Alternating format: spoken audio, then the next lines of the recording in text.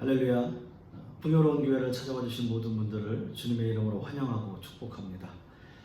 저는 오늘 여러분들과 함께 열매 맺는 신앙인이라는 말씀의 제목으로 함께 은혜의 말씀을 나누고자 합니다. 요즘 말씀을 함께 나누고 있는 이 요한복음의 말씀은 일명 예수님의 다락방 강화입니다. 이 다락방 강화는 요한복음 13장부터 17장에 이르기까지 계속 이어지는데요. 다락방 강화는 말 그대로 마가의 다락방에서 근심과 걱정에 사로잡혀 있는 제자들에게 베푸시는 예수님의 마지막 설교인 거죠. 그런데요, 사실상 오늘 읽은 본문의 바로 윗절인 요한복음 14장 31절 마지막 하반절의 말씀을 보시면 일어나라 여기서 떠나자 하시니라 라는 말씀이 있습니다. 그리고 나서 오늘 함께 읽은 참 포도나무의 비유 말씀이 선포되는 거죠. 따라서 엄밀히 말씀을 드리면 오늘 말씀은 다락방은 아니지만 다락방을 떠나 겟세마네 동산에 이르는 동안에 있었던 그 말씀을 기록한 것이다 라고 할 수 있겠습니다. 예수님은 그 당시에 유대 지역에 널리 재배되고 있던 포도나무를 보시면서 비유의 말씀을 베푸시는데요. 포도나무의 비유는 제자들에게 늘 일상에서 일어날 수 있는 너무나 익숙한 비유였고 또 구약의 말씀에서도 이스라엘을 포도나무에 비유한 전례가 있었기 때문에 제자들에게 예수님의 말씀이 쉽게 이해되어졌을 것입니다. 오늘 본문의 말씀에서 예수님은 자신을 참 포도나무로 비유하고 있는데요. 1절 말씀을 보면 나는 참 포도나무요 라고 말씀하시면서 자기 선언을 하시는 장면이 나옵니다. 요한복음에는 총 7번에 걸쳐서 예수님께서 자기 선언을 하시는데 자기 선언이라고 하는 것은 나는 누구누구이다 라고 하는 거죠. 내가 곧 생명의 떡이다. 나는 세상의 빛이라. 나는 양의 문이라. 나는 선한 목자라. 나는 부활과 생명이라. 나는 곧 길, 진리, 생명이다. 그리고 오늘 말씀의 마지막으로 나는 참 포도나무라 라고 말씀하시면서 마지막 7번째 자기 선언을 하고 계시는 겁니다.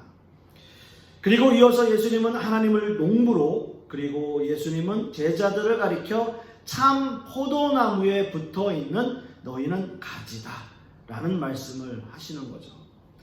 다락방을 떠나서 겟세마네 동산으로 가시는 예수님은 지금 포도나무 비유의 말씀을 통해서 제자들에게 하시고자 하는 메시지는 과연 무엇일까요?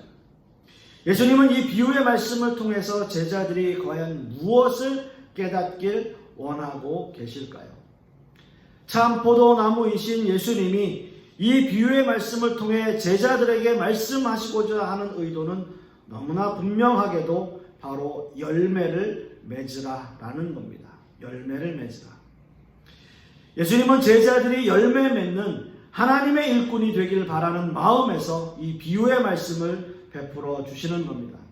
열매 맺는 제자, 열매 맺는 하나님의 사도를 의미하는 거죠. 십자가의 죽음을 앞두고 계신 예수님이 포도나무를 바라보면서 그 제자들을 향해서 열매 맺기를 간절한 마음으로 바라고 계시며 이 비유의 말씀을 베풀어 주시는 것입니다. 이 말씀은 지금 이 시대를 살아가고 있는 저와 여러분에게도 동일하게 선포되고 있고 또 우리에게 적용되고 있습니다. 우리 역시 우리의 삶 속에서 열매 맺는 신앙인의 모습으로 살아야 하기 때문인 것이죠. 그런 의미에서 저는 여러분들과 함께 열매 맺는 신앙인이라는 말씀의 제목으로 두 가지의 주제로 은혜의 말씀을 함께 나누고자 하는데요. 첫째는 열매 맺는 신앙인은 참 포도나무에 붙어 있는 자들이다 라는 거죠. 오늘 읽은 본문 말씀 4절에서 6절의 말씀을 우리가 함께 읽겠습니다. 내 안에 거하라 나도 너희 안에 거하리라. 가지가 포도나무에 붙어 있지 아니하면 스스로 열매를 맺을 수 없음 같이 너희도 내 안에 있지 아니하면 그러하리라. 나는 포도나무요 너희는 가지라. 그가 내 안에 내가 그 안에 거하면 사람이 열매를 많이 맺나니 나를 떠나서는 너희가 아무것도 할 수 없습니다. 사람이 내 안에 거하지 아니하면 가지처럼 밖에 버려져 마르나니 사람들이 그것을 모아다가 불에 던져 사르느니라. 아멘. 오늘 이 본문의 말씀에서 가장 핵심적인 단어 거한다입니다. 거한다.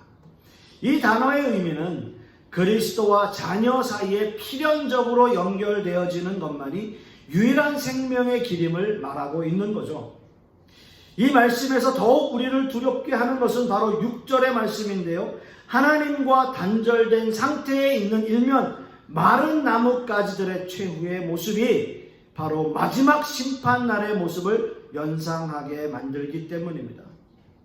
물론 이 말씀이 최후에 있을 심판 때와 또 하나님과 관계를 맺지 못한 사람들의 최후를 나타내는 표현임에는 의심할 여지가 없습니다. 그러나 더 나아가서 이 말씀이 주는 의미는 이미 하나님과 단절되어진 이 세상의 인간적인 모습으로 살아가는 모든 사람들은 이미 하나님의 심판이 그들의 삶에 이루어지고 있다라고 하는 것을 표현하고 있는 말씀이기도 한 것이죠.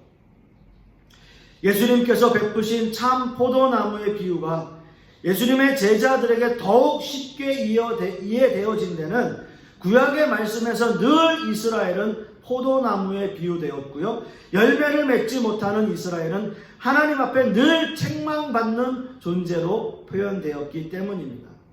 그리고 그들의 마지막은 늘 심판이었어요. 구약의 대표적인 선지자인 에스겔 선지자의 말씀을 보시면 열매 맺지 못하는 이스라엘 민족을 이렇게 책망하고 있습니다. 에스겔 15장 말씀을 보시면 그 나무를 가지고 무엇을 제조할 수 있겠느냐? 그것으로 무슨 그릇을 걸 못을 만들 수 있겠느냐? 불에 던질 땔감이 될 뿐이라 불이 그 두 끝을 사르고 그 가운데도 태웠으면 제주에 무슨 소용이 있겠느냐? 그것이 온전할 때에도 아무 제주에 합당하지 아니하였거든 하물며 불에 살라지고 탄 후에 어찌 제주에 합당하겠느냐? 그러므로 주 여호와께서 이같이 말씀하시느니라 내가 숯불 가운데 있는 포도나무를 불에 던질 땔감이 되게 한 것 같이 내가 예루살렘 주민도 그같이 할지라. 이렇게 말씀하고 있어요. 아무 열매 맺지 못하는 이스라엘을 책망하시면서 그들의 결국은 심판임을 예언하고 있는 거죠. 그러므로 참 포도나무이신 예수님께 붙어 있지 않는 가지는 어떻게든 스스로 열매를 맺을 수 없다라는 거예요. 또한 더 나아가서 아무것도 할 수 없는 존재가 되어버린다라는 거죠.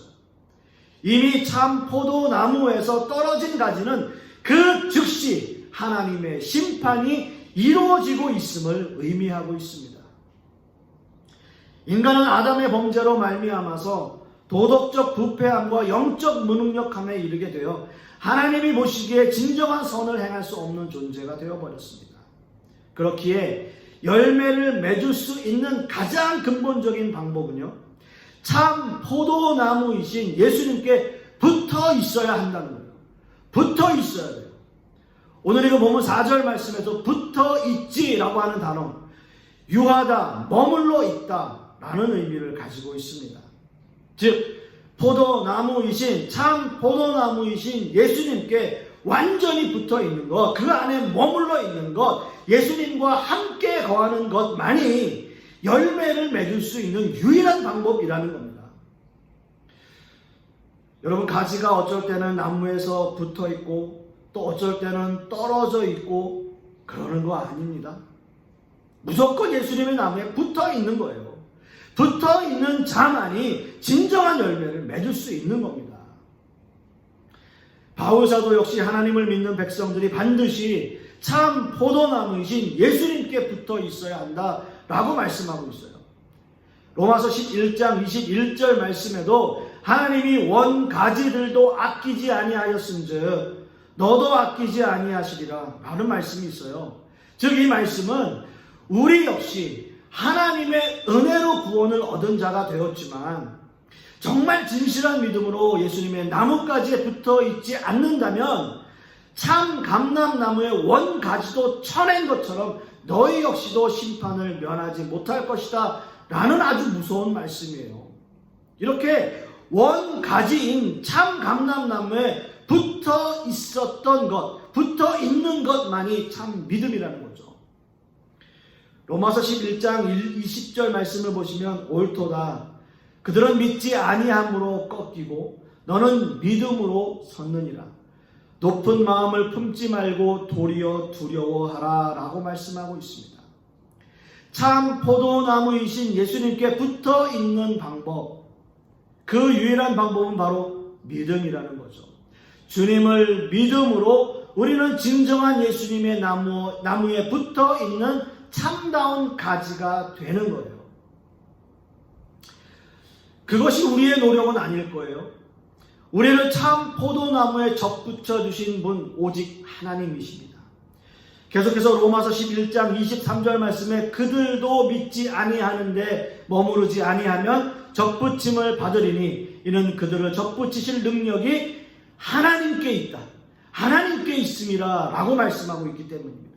여러분, 믿음이에요, 믿음. 예수 그리스도를 믿음으로 말미암아 우리는 진정한 하나님의 나무에 가지가 되어지고 참다운 열매를 맺을 수 있는 존재가 될 수 있다는 겁니다. 사랑하는 성도 여러분, 하나님의 방법은 세상적인 방법과 다릅니다. 나뭇가지를 어떻게 접붙이는지 사실 도시에서만 살았던 저는 잘 알지 못해요. 그러나 한 가지 아는 것은 나뭇가지를 접붙이는 데 있어서 나쁜 나뭇가지를 접붙이는 일은 없을 거라는 거죠. 좋은 가지를 골라 나무에 접붙여야 그 가지가 그나마 살아남을 수 있기 때문인 거예요. 그러나 하나님은 본성적으로 나쁜 가지를 좋은 나무에 접붙여 그 가지를 살리시는 분이십니다. 로마서 11장 24절 상반절 말씀에 내가 원, 돌, 감람나무에서 찍힘을 받고 본성을 거슬러 좋은 감람나무에 접붙임을 받았느니라 라고 말씀하고 있어요. 우리는요, 본성적으로 돌, 감람나무였어요. 좋은 나무에 접붙여질 수 없는 가지였다라는 거예요. 그러나 조금 전 읽은 본문의 말씀처럼 그 능력이, 그 접붙이는 능력이 하나님께 있다는 거예요. 하나님께서 능치 못하심이 없어요. 세상에 쓸모없이 버려진 돌, 감람나무와 같은 우리를 하나님께서는 살리셔서 원 가지에 붙여주셨다는 거예요. 이것이 하나님의 방법입니다. 여러분, 인간적으로는요, 인간의 생각으로는, 인간의 방법으로는 도저히 될 수 없는 방법이에요. 그러나 하나님은 하십니다. 하나님께서는 우리를 원 나무가지에 붙여주시는 거예요. 접붙여주시는 거예요. 이것이 하나님의 사랑이에요. 이것이 하나님이 여러분들에 대한 사랑입니다, 여러분. 예수님 역시 마찬가지죠.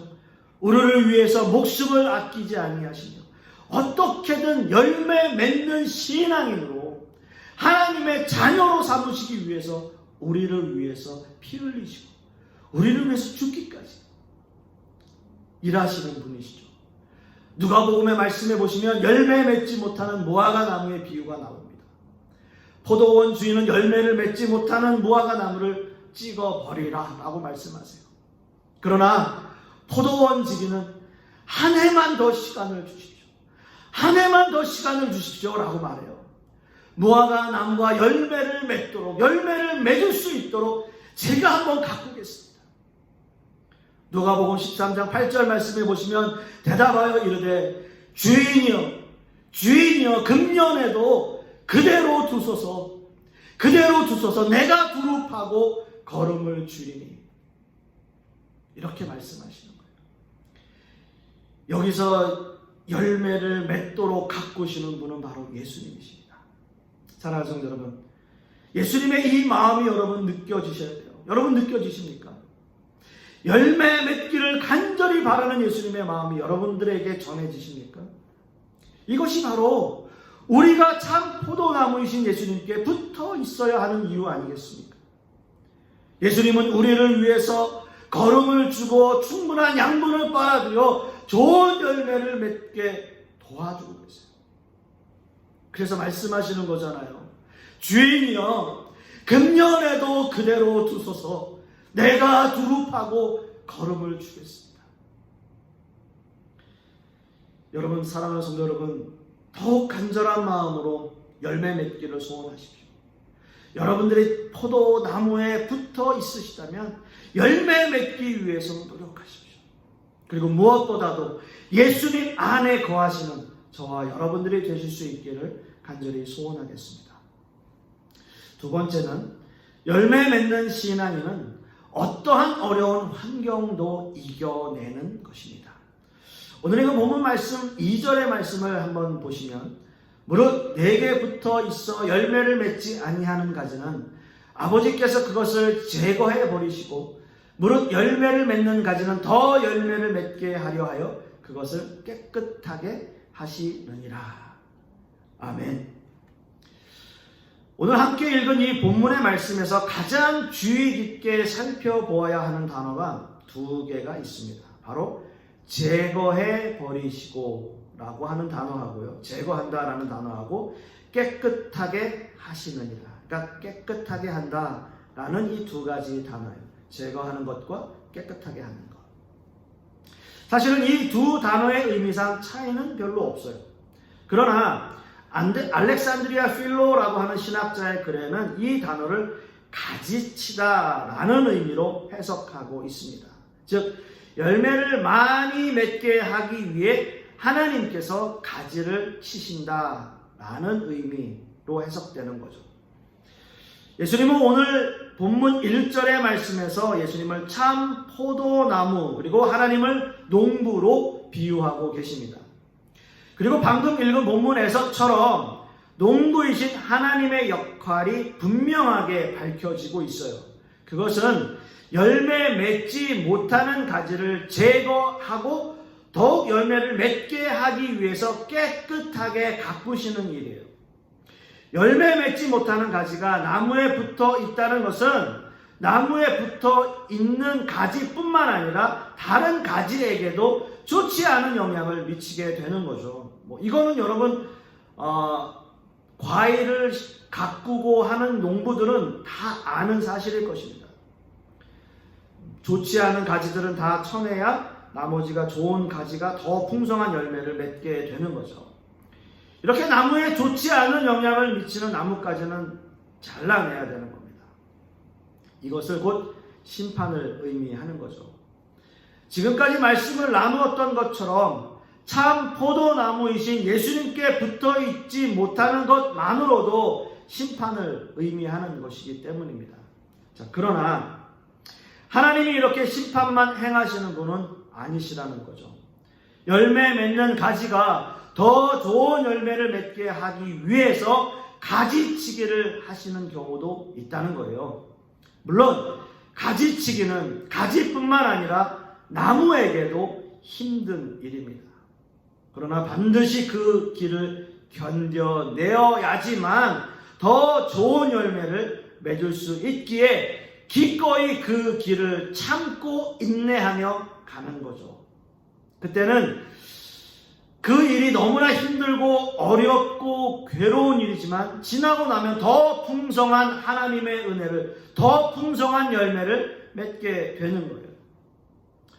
여러분, 우리에게는 늘 고난이 있습니다. 늘 어려운 환경들이 우리를 억누릅니다. 이러한 환경을 통해서 우리는 더 성숙해져 가고 더 깊이 있는 믿음을 가지게 되고 반석 같은 믿음을 갖게 되는 거예요. 우리는 그렇게 성화되어져 가요. 그렇게 성숙해져 가요.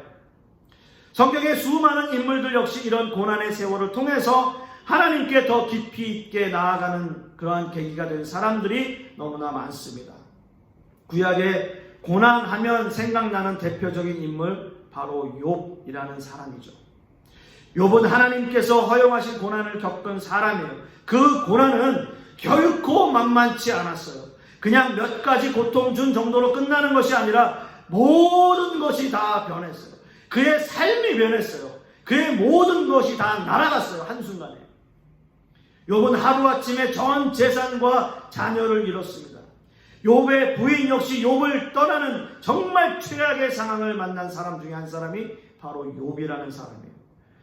욥의 환경이 좋을 때는 그렇게 자기에게 후하게 해주던 친구들, 그 친구들 역시 욥의 상황을 보고 야, 그건 바로 인과응보다, 이런 운운하면서 욥을 비난했던 사람들이에요. 그러나 그럼에도 불구하고 욥은 그들을 원망하지 않습니다. 욥은 이런 고난을 통해서 하나님의 섭리를 찾으려고 노력합니다. 물론 어려웠겠죠. 힘들었겠죠. 자신이 태어난 날을 저주할 만큼 고통스러웠어요. 그러나 욥은 끝까지 하나님을 찾기를 소원합니다. 그럴 때 욥은 하나님 앞에 진정한 회개를 해요. 욥기 42장 5절 6절 말씀을 보시면 내가 주께 대하여 귀로 듣기만 하였사오나 이제는 눈으로 주를 배웠나이다. 그러므로 내가 스스로 거두어 드리고 티끌과 재 가운데서 회개하나이다 라고 고백을 합니다. 이것이 욥의 진정한 회개였어요. 욥은 자신이 처해진 환경을 묵묵히 받아들였어요. 어떠한 어려운 환경이 닥친다 할지라도 주님이 모든 것을 주관하시며 인도하실 것이라 믿었어요. 결론적으로 욥은 하나님 앞에 갑절의 은혜를 받는, 축복을 받는 사람이 되었어요. 이것이 하나님의 가지치기 방법이에요. 이것이 하나님의 가지치기예요. 참으로 힘들고 어려운 환경을 이겨낸 욥에게 주어지는 하나님의 축복은 갑절의 은혜예요. 갑절의 축복입니다. 사랑하는 성도 여러분, 하나님께서는 저와 여러분들에게도 더 좋은 열매를 맺게 하기 위해서, 아니면 하나님께서 원하시는 열매를 맺게 하기 위해서 우리의 가지를 쳐내는 일을 하실 때가 있어요. 그런 환경을 지나오신 분도 계시고 또 지금 그런 환경 가운데 있는 분들도 있고, 어떤 의미에서는 지금 이 시대는 전 세계가 다 이런 상황들, 고난과 어려움 속에 있는 상황들일 수 있습니다. 많은 사람들이 고통받고 있어요. 그리고 우리는 앞으로도 하나님의 가지치기를 경험하며 살게 될 겁니다. 이러한 환경 속에서 주님이 우리에게 요구하시는 것은 과연 무엇일까요? 그저 환경 탓하면서, 우리의 처지를 비관하면서, 남 탓하면서 그렇게 살기를 원하실까요? 그런 모습으로 살기를 원하실까요? 아마 그렇진 않을 거예요. 하나님이 원하시는 것은 이런 가지치기를 통해서 진실한 마음으로 주님 앞에 회개하고 돌아서는 것, 그것이 하나님께서 우리의 가지를 치는 이유 아닐까요? 그리고 예수님은 우리가 풍성한 열매를 맺게 하기 위해서 날마다 우리의 필요를 채우시는 거예요. 걸음을 주고 물을 주고 우리를 위해서 돌봐주시고 키워주시는 거예요. 하나님과 우리 사이의 중보자가 되셔서 더 풍성한 열매를 맺도록 우리를 도와주시는 거예요. 때로는 하나님의 가지치기로 인해서 힘들고 어려운 고난의 길을 갈 때 있습니다. 그러나 그것은 우리에게 더 큰 하나님을 의지하고 순종하며 하나님께 나아가기 위한 훈련의 방법이라는 거죠. 고난에 대해서 잘 설명하고 있는 시편 119편의 기자는 고난에 관해서 이렇게 설명합니다. 고난 당하기 전에는 내가 그릇 행하였더니 이제는 주의 말씀을 지키나이다. 그리고 71절 말씀에 고난당한 것이 내게 유익이라 이로 인하여 내가 주의 율례를 배우게 되었나이다 라고 말씀하고 있습니다. 어떻게 고난이 나에게 유익이 된다라고 말할 수 있을까요? 어떻게 그것이 유익이 될까요? 고난은 자신을 낮아지게 하고요, 고난을 통해서 더 자신을 뒤돌아보게 되고요, 고난은 우리를 겸손하게 만들고요, 고난을 통해 우리는 더 하나님 앞에 나아갈 수 있게 되는 거예요. 그래서 우리에게 유익입니다. 사랑하는 성도 여러분, 여러분들이 지금 처해 있는 상황은 어떤 환경 속에, 또 어떤 모습 속에 있습니까? 혹 여러분들께서 지금 하나님의 가지치기를 경험하고 계십니까? 아니면 지금 그런 가지치기 없이 너무나 평안한 상태, 아무 걱정 없는 상태에 계시는 분도 당연히 있겠죠. 어떤 환경과 어떤 상황에 있다 할지라도 우리는 하나님을 의지해야 할 것이고요. 만약 여러분의 환경이 힘들고 어려운 환경이라면, 그래서 하나님의 가지치기가 너무 힘들고 어려워서 모든 것을 포기하고 싶다면 지금 이 순간 하나님 앞에 회개하고 주님 앞에 더 매달리셔야 돼요. 이 환경을 통해서 주님이 나에게 원하시는 것이 무엇인지, 주님이 나에게 깨닫고자 하는 것이 무엇인지 그것을 알게 해달라고 기도하셔야 되는 거예요. 주님께서는 여러분들을 그냥 내버려 두시지 않습니다.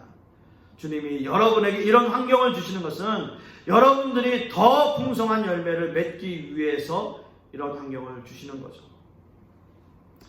그러나 여러분의 환경이 평안한 상태에 있으십니까? 아무 걱정도 없고 아무 염려도 없으십니까? 그렇다면 여러분 더 열심히 기도하셔야 돼요.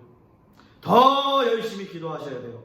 하나님의 가지치기를 경험하고 있지 않다면 계속해서 여러분들이 더 풍성한 믿음으로 더 풍성한 열매를 지속적으로 맺을 수 있도록 더 열심히 기도하십시오.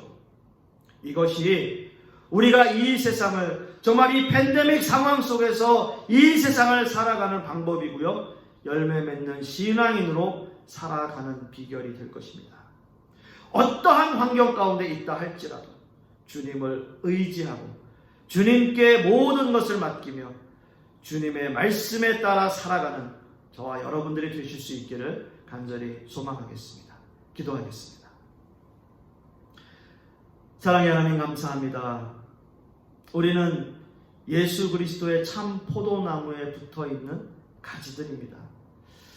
우리는 우리의 가지로서 열매를 맺어야 할 의무가 있고 또한 책임이 있습니다. 참 힘들고 어려운 가지치기도 우리에게 경험되고 있습니다. 이 모든 상황들 속에서 주님이 우리에게 원하시는 것은 하나님 앞에 풍성한 열매를 맺으라라는 겁니다. 하나님, 주님 앞에 더욱더 무릎 꿇고 주님 앞에 기도하고 주님의 말씀에 순종하며 살아가는 우리 모든 성도님들 되게 하여 주시옵시고, 풍성한 열매를 맺기 위해 노력하는 우리 모든 성도님들 되게 하여 주시옵소서. 이번 한 주간도 이 말씀 마음속에 온전히 새기며 하루하루 살아갈 수 있도록 주님께서 역사하여 주시옵소서. 주님 감사드리며 예수 그리스도 이름 받들어 기도드렸사옵나이다. 아멘.